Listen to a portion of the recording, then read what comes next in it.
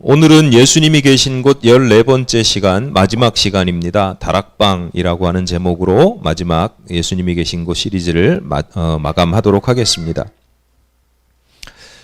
여러분 아시는 대로 얼마 전에 제 뒤에 보이는 교회 이제 십자가를 이제 직접 만들었거든요. 제가 직접 만들고 싶었으나 재능도 없고 경험도 없고 여건도 되지 않아서 꽤 오랫동안 그냥 고민하면서 십자가 하나 있었으면 좋겠다. 강단에 세울 십자가, 교회 강단 십자가를 하나 있으면 좋겠다. 그냥 고민만 하고 마음에 품고 있던 차에 선배 목사님을 한 분 새롭게 알게 됐는데 이분이 이제 목공을 취미로 하시는 거예요. 그냥 이것저것 막 만드시는 거죠.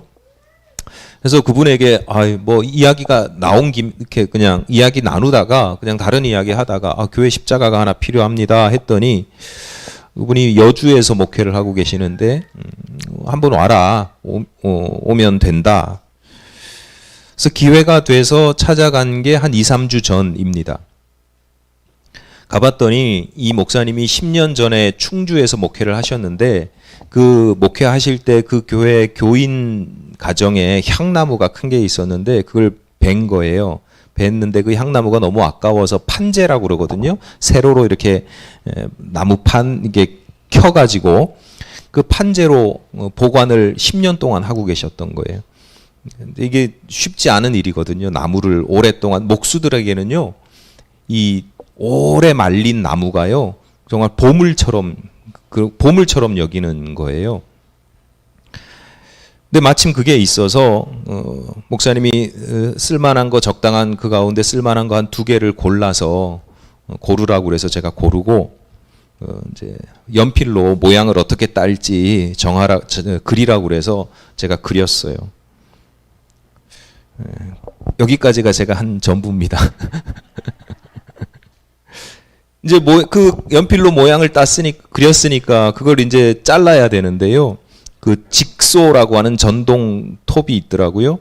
근데 뭐 예전에 저도 이제 김재관 권사님 살아계실 때 한번 쓰시는 걸 봐가지고 그게 있는 건 알았는데 한 번도 제가 해보질 않았어요. 그래서 그래도 십자가 내가 만들어야지. 그리고 그 직소기를 받아가지고 하는데 한 10cm 정도 했나?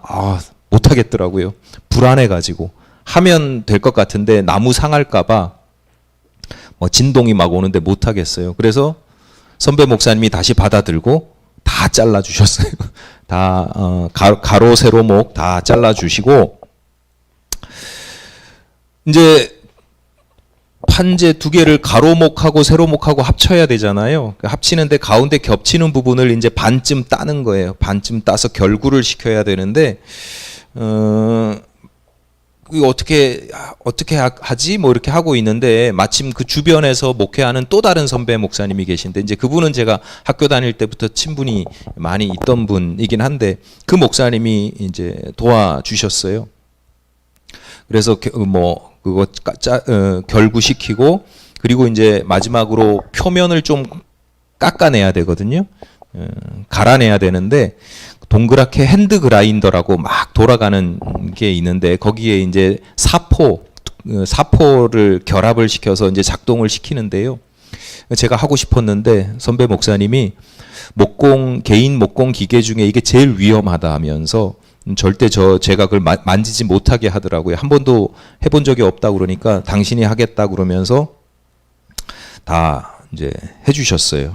결과적으로 보면 그 선배 목사님의 재료, 그 선배 목사님이 가지고 있는 도구, 그리고 선배 목사님의 재능으로 십자가를 만든 거죠.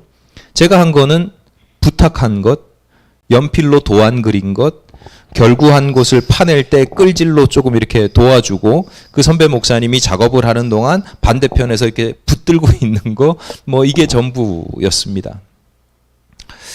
그러다 보니까 어떤 식으로든 개인적으로 감사를 표현해야 되겠지요. 나름의 이제 보답을 해야 될 터인데 그럼에도 불구하고 이게 돈으로 계산할 수 없는 엄청난 은혜를 받았다라고 말할 수밖에 없습니다.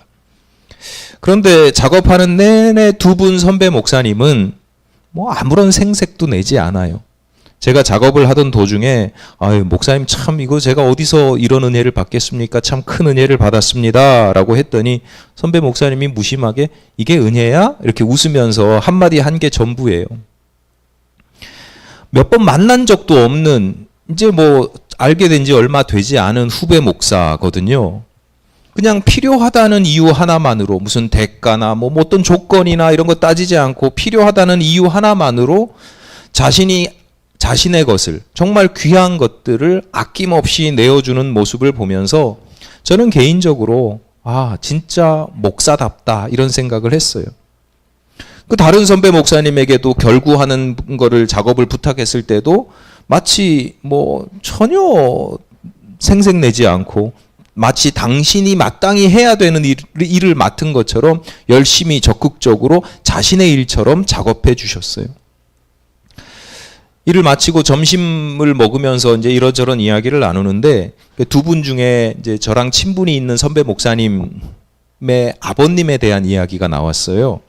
그러니까 아버님이 목사님이셨는데 처음부터 목회를 한 건 아니고 이제 어느 교회에서 그 집사님으로 계시다가 뒤늦게 이제 은혜를 받고 신학 공부를 하셨다는 거죠. 그러니까 곁에 있던 다른 분이 질문을 하는 거예요. 아니 근데 왜 그렇게 늦게 목회를 하셨대? 이렇게 물으니까 그 아들 목사님, 제 선배 목사님이 이렇게 대답하는 거예요. 쉽게 그리고 좋게 말해서 은혜 받으신 거죠. 이렇게 얘기를 하는 거예요. 아, 은혜 받으셔서 그러시죠. 근데 이어지는 말씀이 제 마음에 의미심장했어요. 은혜 받으셔서 그렇죠. 그래서 자신이 가지고 있던 모든 것을 내려놓으셨어요. 이렇게 얘기를 하는 거예요. 근데 그게 여러분 어떤 의미인지 잘 안 느껴지시죠? 저는 탁 느껴지는 게 그걸 아들이 하는 얘기잖아요. 그 아버지가 목회자가 된다고 했을 때 어린 아들이었잖아요. 어린 아이 시절에 그 아버지가 갑자기 삶을 전환하는 바람에 그래서 모든 걸 다 내려놓고 포기하는 바람에 이 아이가 겪었을 그 마음의 어려움, 상처나 어려움이나 삶의 고통이나 이런 것들이 느껴지는 거예요. 그런데 그 아들이 목사가 되었고 그리고 그 아버지처럼 아무런 대가나 바람도 없이 누군가를 위해서 헌신하는 삶을 지금 살아가고 있는 거죠. 앞서 말씀드렸습니다만 저는 개인적으로 이런 모습이 목회자가 가져야 할 중요한 정체성이라고 여깁니다. 설교도 잘하고 기도도 잘하면 좋겠지요. 그런데 그보다 훨씬 더 중요한 것은 헌신하는 믿음과 헌신하는 삶입니다. 때때로 설교도 잘하고요. 기도도 잘하는데 악착같이 자신의 소유를 채워가고 자신의 명성을 높여가는 데 관심을 두는 목회자들이 더러 보여요. 죄송한데 저는 개인적으로 목사로 여기지 않습니다. 왜냐하면 아무리 그럴듯하게 목회를 해도 목회를 자신의 성공을 위한 도구로 여기기 때문입니다. 반면에 마땅히 자기 것으로 이건 내 거야 자기 것으로 여겨도 누구 하나 뭐라고 할 사람 없는데도 자신의 것을 내어주는 사람이 진짜 목사이지요. 때로는 아깝지 않게 때로는 아깝지만 자신의 것을 내어줄 수 있는 믿음이 중요하다.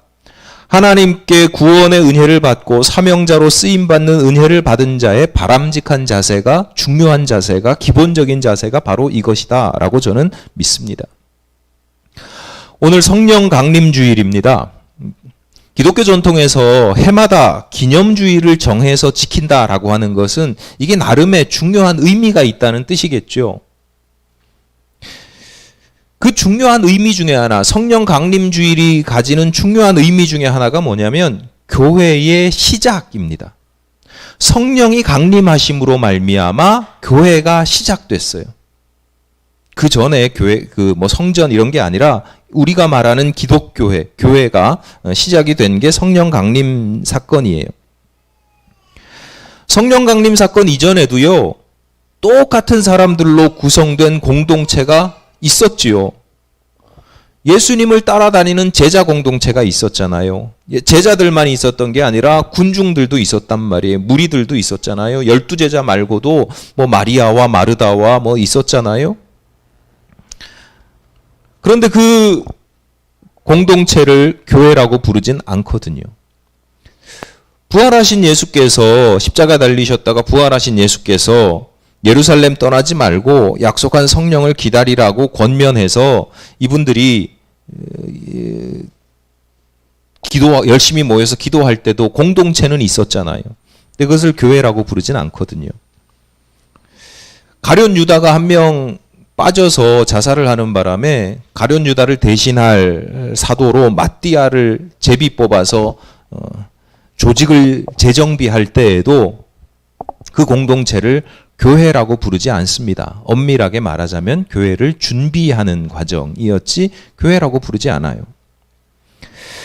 성령 강림 사건을 교회의 시작으로 본다고 하는 것은 이것이 교회의 정체성을 보여주는 것입니다. 사람들이 많이 모여서 예배하고 기도한다고 교회가 아니라는 거예요. 진짜 교회는 성령 하나님께서 임재하시고 내주하시고 주장하셔야 된다. 그게 진짜 교회다. 성령의 역사와 능력이 나타나야 한다라고 하는 것입니다.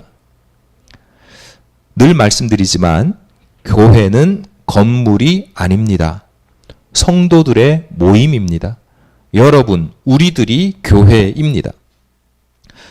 로마서 8장 9절에서 이렇게 말씀합니다. 만일 너희 속에 하나님의 영이 거하시면 너희가 육신에 있지 아니하고 영에 있나니 누구든지 그리스도의 영이 없으면 그리스도의 사람이 아니라. 바울은요, 성령을 그리스도의 영이라고 표현하면서 그리스도의 영이 없으면 그리스도의 사람이 아니라고 합니다. 성도를 성도되게 하는 것, 성도의 가장 중요한 정체성은 그 안에 그리스도의 영을 모시고 그리스도의 영이 함께하는 것입니다.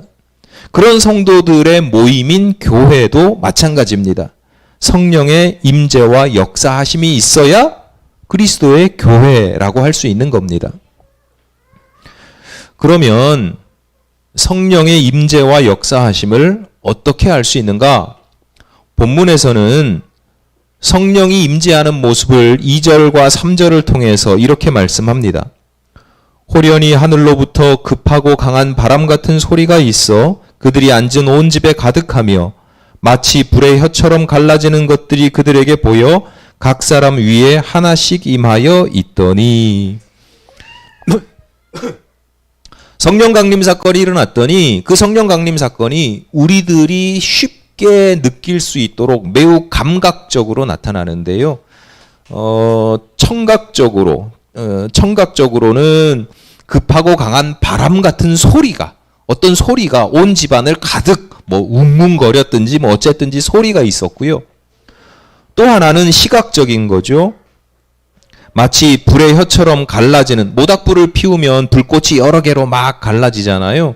그게 거꾸로 있는 이미지를 생각하시면 돼요. 이미지를 뒤집어 보시면 하늘로부터 불꽃이 각 사람들에게 그 불꽃의 끝이 막 임하는 그런 모습을 보여주었다는 거예요.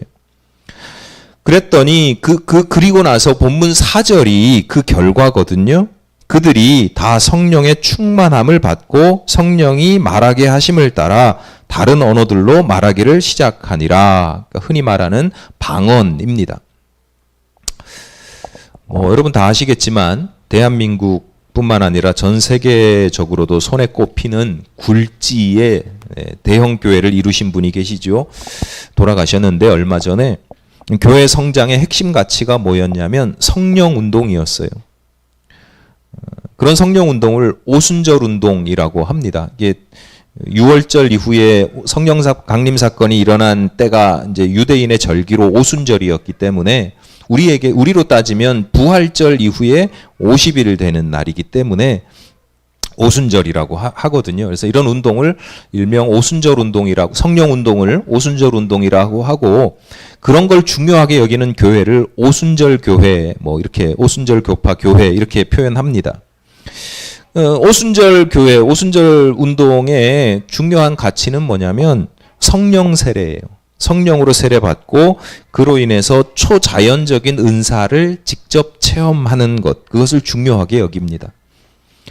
그래서 이분들은 성령을 체험하기 위해서 아주 열심히 기도해요. 막 금식해서 기도하고, 기도 올라가서 기도하고, 철야 기도하고, 열심히 기도해요. 그리고 그 기도로 인해서 방언으로 기도하게 되는 것, 성령의 세례를 받아서 방언으로 기도하는 것을 구원받은 징표로 여깁니다. 그래서 70년대, 80년대, 90년대 이렇게 한참 성령운동이 한국교회에서 이분들을 중심으로 막 일어났을 때 흔히 했던, 교회마다 있었던, 제가 자랄 때도 마찬가지예요. 교회마다 방언 받아야 된다고 막 그러고, 방언을 사모하고 막 흉내 내기도 하고, 막 코카콜라 뭐 어쩌고저쩌고 옆에서 코카콜라 반복하다 보면 방언이 나온다고 막 그렇게도, 그만큼 사모하는 마음이 있으니까, 사모하는데 안 되니까, 뭐 그런 일들이 있었던 이유가 거기에 있죠.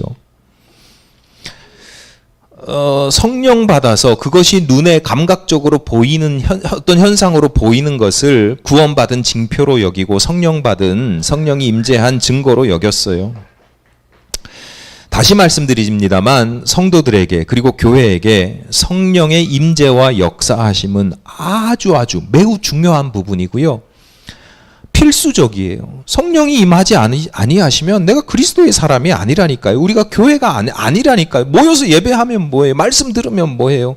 성령이 임재하지 않으시면, 내주하지 않으시면 아무것도 아닌 거예요. 그냥 사람들이 모인 공동체예요. 그런 교회들 참 많아요. 그런데 이걸 제대로 이해하셔야 되는 게, 성령의 임재와 역사를 현상적으로만 보면 안 된다. 아주 제가 극단적인, 그렇다는 게 아니라 극단적으로 말씀을 드리면, 귀신 들린 사람도요, 방언을 합니다. 여러분, 귀신 들린 사람 방언 들어보셨어요? 전 들어봤거든요. 몇 번 들어봤어요. 교회에서도 들어보고, 그냥 예전에 그 베트남 참전하셨던 분인 것 같은데, 이제 흔히 말하는 미쳤다고 하는 뭐 그런 분 이야기, 뭐 방언도 들어보고 들어봤어요. 귀신 들려도요 방언해요. 그러니까 방언을 한다는 것 하나만으로 곧 이 사람이 성령이 임재했다, 이걸 의미하는 건 아니죠. 경찰이 사복을 입었다고 해서 민간인이 되는 게 아니잖아요. 사복을 입어도 경찰은 경찰이죠. 사기 범죄자가 경찰복을 입었다고 해서 경찰이 되는 것도 아니고, 경찰복을 입고 있어도 이 사람은 사기 범죄자예요. 겉모습 또는 현상이라고 하는 것이 중요하지 않은 건 아니지만 그게 본질은 아니다. 본질을 볼 수 있어야 된다라고 하는 거예요. 오늘 본문에서 성령 임재의 본질이 무엇입니까? 급하고 강한 바람 소리 같은 그런 소리가 본질이에요? 불의 혀처럼 막 갈라지는, 그래서 각 사람에게 임하는 모습입니까? 우리 성령하면 막 뜨거워지고 막 이런 거, 물론 그런 현상들이 대부분 많긴 한데, 막 내가 막 가슴이 뜨거워지고, 이게 본질이에요? 다른 언어로 말하는 것, 방언하는 게, 그게 성령 임재의 오늘 성령 강림 사건의 본질이에요? 본문 4절을 다시 보겠습니다. 그들이 다 성령의 충만함을 받고 성령이 말하게 하심을 따라 다른 언어들로 말하기를 시작하니라. 여기에 정답이 있습니다. 성령 강림 사건의 본질은 뭐냐? 핵심은 뭐냐? 성령이 말하게 하심을 따라, 여기에 있습니다. 성령께서 그 인생들의 주체가 되셨다는 거예요. 성령께서 그 인생들을 주장하셨다는 거예요. 나는 굳이 다른 언어로 말하고 싶지 않아요. 방언을 뭐 사모하지도 않았어요. 뭐 코카콜라 이러지도 않았어요. 그럴 마음도 없고 의지도 없고 노력도 없어요. 그런데 성령께서 말하게 시키거든요. 능력을 주시거든요. 그 순종하는 거예요. 얼마 전에 어느 선배 목사님께 들은 이야기, 당신 이야기를 하시는데 오래전 일이긴 한데 당신 이야기를 하는 거예요. 이미 다른 목사님들을 통해서도 전에 들어서 대충 내용은 알고 있었는데 당사자에게 직접 듣는 건 처음이었어요. 뭐 얘기를 들었을 때 전화를 걸어서 뭐 물어볼 수도 있을 텐데 좀 민감한 내용이라서 물어보지도 못하고 그냥 그러려니 하고 있다가 이번에 직접 들었는데 선배 목사님이 경기도 어느 작은 교회에서 예전에 열심히 목회를 하고 있었어요. 근데 어느 날 그 교회에 중직 그냥 교회에 아주 중직 역할을 하시는 성도님이 귀신이 들린 거예요. 이 목사님이 평소에 무슨 신비 체험을 추구하는 분도 아니고 지금도 목회나 이렇게 뭐 설교나 이런 것들이 꽤나 합리적이고 합리적으로 사고하고 합리적으로 목회하시고 행동하시는 분인데 이게 당신 교회에 아주 큰 역할을 하시는 성도님이 귀신이 들렸으니까 그걸 어떻게 그냥 두고 볼 수가 없는 거예요. 그래서 당신하고 사모님하고 그리고 그 지방에서 같이 목회와 친하게 지내는 후배 목사님하고 그 중직을 데리고 기도원에서 열리는 은사 집회에 가셨대요. 계속 이제 집회 중에 이분이 계속 귀신 들렸으니까 막 이상한 행동들, 이상한 말들을 막 할 거 아니에요. 그러니까 그거를 막 이제 옆에서 케어하면서 절제시키면서 그러면서 이제 첫날 저녁 예배, 저녁 집회를 마쳤는데 마침 그 근처에 그 사모님 친정이 기도원 가까운 곳에 사모님 친정이 있어서 그 친정집에 가서 이제 마치고 밤에 잠을 자려고 누웠는데 목사님이 작은 방에 누웠는데 누워 있는데 갑자기 진동이 나타난 거예요. 몸이 막 방방방방방방 뜨는 거죠. 사모님이 처음에 보고 장난치지 말라고. 근데 목사님이 이건 내가 하는 거 아니라고. 그렇게 성령을 원하지도 않았는데 그렇게 성령을 그런 식으로 성령을 체험하고 밤새 눈물로 기도했다는 거예요. 다음날 집회에 여전히 그 중직은 귀신 들린 모습을 계속 보이고 있죠. 뒤에서 케어하고 있는데 갑자기 그런 생각이 들더라는 거죠. 당신이 어제 성령을 체험했잖아요. 자신감이 내가 기도하면 그 귀신이 나갈 것 같은 생각이 들더래요. 그리고 내가 담임 목사인데 그 정도 하나님께서 그렇게 시키시는 것 같은 느낌이 막 들어서 제 집회 후반에 이제 기도할 때 그 머리에 손을 얹고 축사라고 그럽니다. 귀신을 사악한 걸 쫓아내는 축사하는 기도를 탁 드렸는데 기도를 드리는데 귀신이 그분에게서 빠져나가는 게 확 느껴지는 거예요. 그런데 그 귀신이 목사님한테 들어온 거예요. 네, 결과적으로는 그 집회에 같이 있던 사람들이 다 기도해서 이제 그 귀신이 나갔다는 거죠.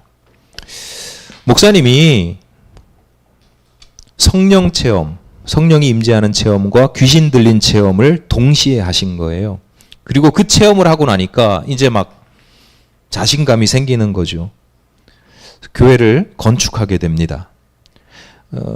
교회를 건축하려고 한 건 아니고 마침 그 지역에 신도시가 이제 조성이 되면서 어차피 교회를 옮겨야 되는 거예요. 거기가 재개발되는 지역이 돼서 교회를 옮겨야 되는데 이 목사님 아까 말씀드렸듯이 굉장히 합리적이고 상식적인 분이거든요.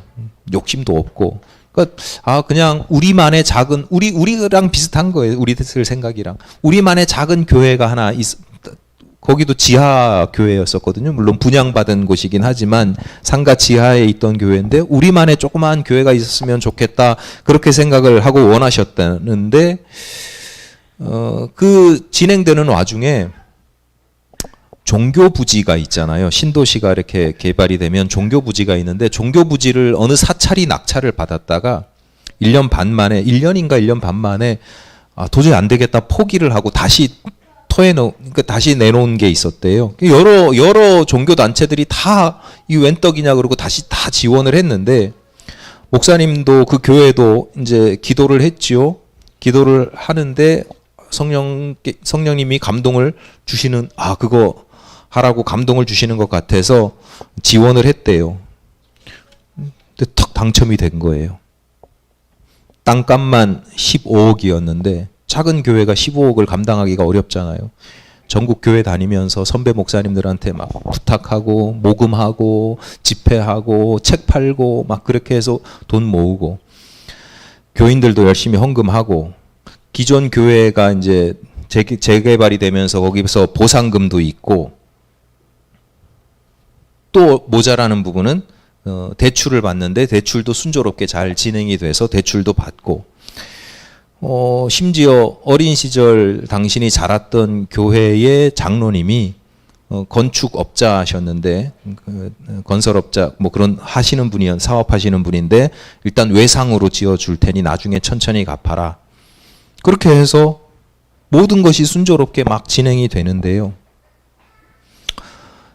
이게 얼마 지나지 않아서 일이 꼬이기 시작하는데 대출 이자를 갚기가 너무 버거운 거예요. 긴 이야기를 제가 그냥 짧게 말씀을 드리는 거예요. 심리적인 압박감이 얼마나 심했던지 목사님인데도 수시로 자살 충동이 막 일어나고 교회 옥상에 올라가서 뛰어내리고 싶은 마음이 막 있는데 이거 뛰어내리면 안 죽을 것 같은 한 방에 죽으면 괜찮은데 괜찮은 건 아니지. 죽지도 않고 괜히 애들 생각 제가 자세한 얘기를 들려드릴 이유도 없고 필요도 없어서 말씀을 안 드리는데 하여튼 이 모양 저 모양으로 그걸 타게 하려고 어디 큰 교회 도움도 구하고 온갖 방법을 다 썼는데 이제 안 되는 거예요. 이제 결국 마지막으로 그 전에도 이제 내가 목회를 하면 안 되겠다 생각하고 포기할 생각이 있었는데 이제 마지막으로 목회를 그만둘 생각을 하고 다 내려놓고 이제 다 끝낼 생각을 하고 마지막으로 그전에는 기도 안 했겠어요? 했죠. 기도했는데 마지막으로 기도하는데 그때 성령 하나님께서 음성을 들려주시더라는 거죠. 뭐라고 들려주시냐면 내가 네 주인이다. 내가 시킨 일에 왜 네가 염려를 하느냐. 우리 흔히 듣는 얘기잖아요. 근데 그 이야기를 듣고 이상하게 마음이 평안해지더라는 거죠. 이상하게 대출 문제도 조금씩 해결이 됩니다. 여전히 지금 대출금 갚느라 열심이긴 하지만 그 상황이나 또 마음이 예전 같지는 않대요. 그래서 아주 평안하시더라고요. 제가 지난 몇 달 전에 한번 일이 있어서 거기를 들렀는데 다른 목사님들하고 몇 분이 들렀는데 그때가 아마 새해쯤이었을 거예요. 그래서 용돈을 10만 원씩 주시더라고요. 그래서 이렇게 선배님에게 돈 받아본 기억이 가물가물한데 용돈 하라고 그 어떤 그 돈이 중요한 게 아니라 그 마음 이런 게 느껴지잖아요. 여유, 베풀고 싶은 이런 것들이. 여러분, 성령 임재와 성령의 역사하심의 핵심은 무슨 진동을 체험하고 귀신을 내어 쫓는 게 아닙니다. 그건 부수적인 현상일 뿐이고요. 성령 체험의 핵심은 뭐냐? 내가 성령 하나님께 사로잡히는 거예요. 내가 하나님께 속한 사람이라는 것을 머리로 또는 관념적으로 지식적으로 아는 것이 아니라 실제로 성령 하나님의 뜻에 따라서 살아가는 겁니다. 성령이 말하게 하시는 대로 말하고 성령이 가라고 하시는 대로 가고 성령이 살라고 하시는 대로 살아가는 것입니다. 설교 서두에 말씀드린 두 분 선배 목사님이 왜 그렇게 남을 위해서 헌신하고 희생하고 베푸는 삶을 살아갑니까? 성령 하나님께서 그렇게 살라고 시키시기 때문이거든요. 오늘 본문의 성령 강림 사건이 일어난 곳을 흔히 마가의 다락방이라고 합니다. 성경에 마가의 다락방이란 표현은 없습니다. 사도행전 1장 13절 전반부에서 그들이 유하는 다락방으로 올라가니 이렇게 되어 있고요. 사도행전 12장 12절에서는 마가라 하는 요한의 어머니 마리아의 집에 가니 여러 사람이 거기에 모여 기도하고 있더라. 이 두 본문을 합쳐서 그냥 마가의 다락방이라고 편하게 그냥 부르는 게 마가의 다락방입니다. 그런데 이 마가의 다락방 이렇게 읽으면, 이렇게 이야기를 하면 우리나라 사람들은 이게 딱 오해하기가 쉬워요. 왜냐하면 우리에게 다락은 어떤 곳이에요? 평소에 안 쓰는 짐 같은 거 올려놓고 쌓아두고, 뭐 난리통에 몸을 잠깐 숨길 수 있는 협소하고 작은 창고 같은 곳이잖아요. 근데 유대인들에게는 다락방이 그런 다락이 아니에요. 예전에 예루살렘 성지 순례 하는데 여기가 마가의 다락방입니다 라고 하는 대로 인도를 받았어요. 이름만 마가 다락방이지 실제로는 성령 강림 사건이 일어난 곳은 아니에요. 그냥 관광 자원으로 그냥 이렇게 하는 건데, 그걸 어떻게 확신할 수 있냐면 그 당시 건물이 아니거든요. 그 이후에 지어진 건물인데, 근데 그걸 통해서 뭘 알 수 있냐면 그 당시, 그 시절에, 그 시대의 주거 문화, 건축 문화 이런 것들을 알 수가 있는데요. 그 다락방이라고 하는 곳, 그 사람들이 다락이라고 부르는 곳이 2층입니다. 2층. 이스라엘 그 지역은요, 집을 2층, 3층으로 지어요. 2층, 3층으로 짓는데 우리 입장에서는 사람들이 메인 장소가 1층이에요, 2층이에요, 3층이에요? 1층이잖아요. 근데 유대인들은 2층이 중심이에요. 그러니까 우리 입장에서는 2층을 다락이라고 표현을 하는데 유대인들에게는요, 그 2층이 아주 넓은, 수백 명이 들어가고도 남는 아주 넓은 홀이에요. 큰 넓은 홀이고 1층은 이렇게 뭐 불때 주방이 있고 가축 우리가 있고 막 그래요. 1층은. 2층에서 사람들이 산단 말이에요.